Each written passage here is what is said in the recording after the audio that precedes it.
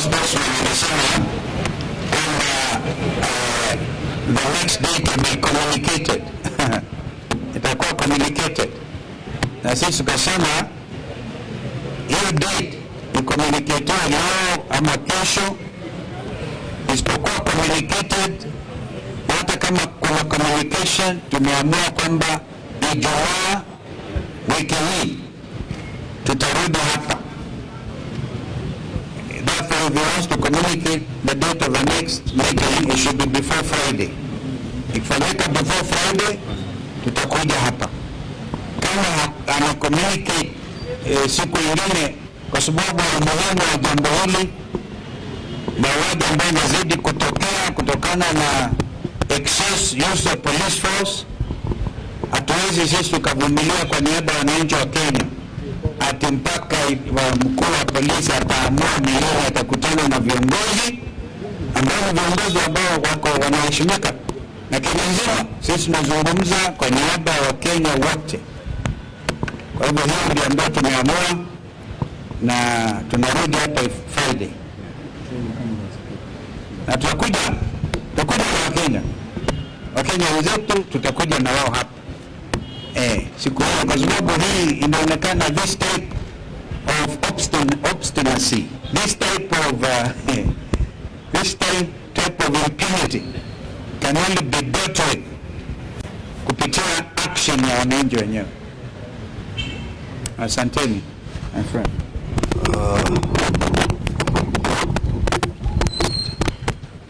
Kila ndugu Kalonzo Musyoka ameongea Kiswahili sanifu sana. Niruhusu niongee kwa Kimombo, sababu the matter we are following up is a matter of human rights abuse, violation of civil liberties by the Kenya police, and as you know, matters of human rights are really international matters, so we would like this to be picked not just from the local point, but also from the international level. We were here on 30th of last month, and we were 7 party leaders representing other party leaders in the one-term movement. And we engaged the IG with the 2 DIGs and the entire leadership of our police on grave matters of violation of civil liberties, where the police are getting into unholy lands with guns. And what we have in place is a new phenomenon that's threatening our democracy and our national security, that instead of having a government that is accountable to the people, that respects human rights, we have a government where goons and government officers work hand in hand.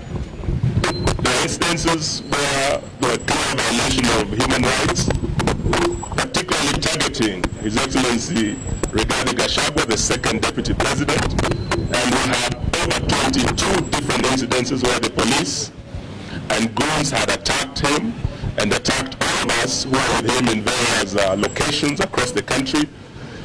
And the IG undertook that by today, the 16th, when we return here, he'll have a full report on action taken and remedial measures put in place to address the serious concerns that the entire leadership of the opposition had raised.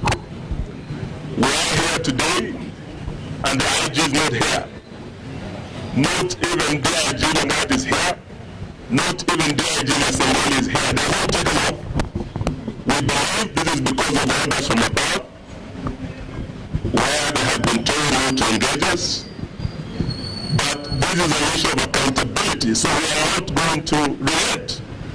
We have said we'll be back here again on Friday, and when we come, we expect none other than IG Kanja himself to be here to address the concerns we have raised. If he does not appear, we will still keep coming here every week until we hold accountable all those officers who have perpetrated these gross violations of human rights. Of greater concern is that since we are here, the police have continued doing what they say they would not do.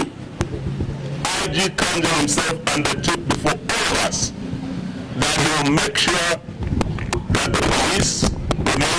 critical that the police will not be used with guns to disrupt meetings of the opposition or to injure any Kenyans. We know that soon after we left, the second deputy president, who is also the DCP party leader, went to Nyandarua. And as he was crossing into Naivasha to hold a rally at a place called Kinamba, again the police were used to erect roadblocks to block him from crossing from Nyandarua County into Nakuru County under the orders of you-know-who. Yesterday,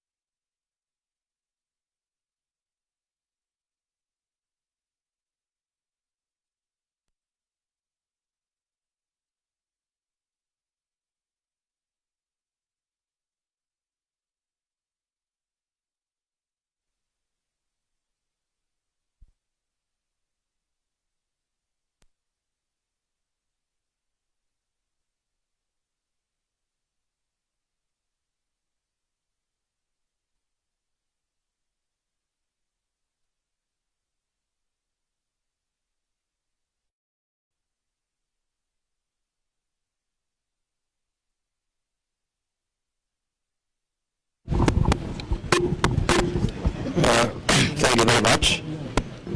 As you have been told, we are here to see the IG. He is here who gave the appointment, and shortly before we arrived, he took off to avoid this meeting and purported to delegate the junior officer to talk to us, and we have declined. The main issue of this matter, the attack on the places of worship, is an act of terror. We cannot discuss with any other officer other than the AG himself, because he bears the greatest responsibility over security in our country. This meeting was scheduled by him. He did not even have the courtesy to tell us he will not be there, but he was instructed to take off shortly before we arrived. We have information from inside the police service that these investigations are complete. The 12 police officers who attacked us have been identified. They have been positively been located, that they are the ones who are in Witima. They have been located at the house of the local member of parliament where they took lunch after the attack. We also have information that the police actually want to prosecute these people, but William Ruto and Kipchumba Murkomen are insisting on a cover-up that these people should not face the law. This is very sad, and as my colleagues have said, we'll be back on Friday, and these people must face the law, and Kenyans will demand that they face the law. This is just the beginning now of pressure from the Kenyan people, because if you allow this impunity ahead of the general elections next year, there could be anarchy in this country. I think we must bring order, and the IG and the people under him must be held to account by the people of Kenya. And the police themselves are complaining about harassment and being ordered to do wrong things. They are really complaining that they find it very unprofessional to be accompanying goons to attack Kenyans. They find it very unprofessional that they are being forced to attack civilians in meetings when they have not been provoked, as happened yesterday in Kengela. In Nakuru, the police are telling us they were not given instructions to put a roadblock to stop us from going to Nakuru by the IG or the two deputy IGs. There are new directives outside the police command structure. It is Murkomen who had called the Nakuru police outside the chain of command to attack, to erect a roadblock to stop us from going to Nakuru. Effectively, the National Police Service is no longer independent. The CS is supposed to interact with the police on policy matters only, not on operations. But Murkomen has taken over police operations, and he is even calling county commanders and regional commanders outside the established command structure within the National Police Service. When a roadblock was elected in Naivasha, the police headquarters here was not even aware. It has only come now to the fore that it is a CS Interior who is giving instructions directly to the police. And actually the police are asking that they be helped, they be protected from the excesses of Kipchumba Murkomen and PS Remodomolo, who have taken over police operations, and they are giving instructions for police to deal with the dirty political matters outside the established chain of command within the National Police Service. So IG Kanja will be back on Friday, and will come. We'll have a conversation, because you must tell the people of Kenya, if you have lost control of the National Police Service, if Kipchumba Murkomen and Remodomolo have taken over police operations, then you have no business being in office. Kipchumba had better come here in Jogo House and sit here, and Remod can sit at the Vigilance House and run the police service from there. But otherwise, what is happening is unfortunate, but in the fullness of time, I think these matters will be addressed. The people of Kenya cannot be intimidated. The people of Kenya have a right, constitutional right, to assemble, to associate, to choose whatever political formation they want, and it cannot be the police who are charged with the responsibility of maintaining law and order are the ones that are breaking the law. It cannot be that police who are supposed to protect Kenyans from being injured by anybody are the ones who are injuring the people of Kenya. It cannot be that guns and ammunition meant to protect the people, bought by the taxpayers' money, the same guns and ammunition are being used against the people of Kenya, who are unarmed, who are civilians, and in very unprovoked circumstances. So thank you very much, Asanteni sana. Perhaps I could add, let me add one thing. You will recall that a letter was issued on behalf of all of us in the United Alternative Government by our sister Mother Karua, on our behalf.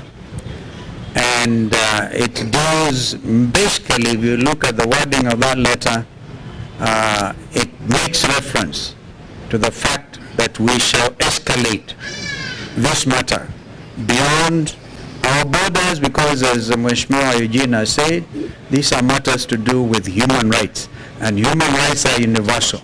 The International Criminal Court is still in place, and the persons bearing the highest responsibility are the people who are addressed in that letter. So we are not joking. It's not a matter that William Ruto can sit pretty and pretend to brush or sweep under the table. It cannot go away. There's no way that the killings will continue in this country since the Gen Z revolution. That is the basic issue. We're combining all of that from 2023, 2024, and what is happening, including what happened yesterday in Kitengela. We're escalating it. Thank you. Just one question. Yeah, what question? My name is Satonale from Student TV. This is in regards to the United Opposition agenda, in regards to integrated news for beating the flag bearer. No. That one allows not to deal with that now. Tafadhali. This is a critical matter.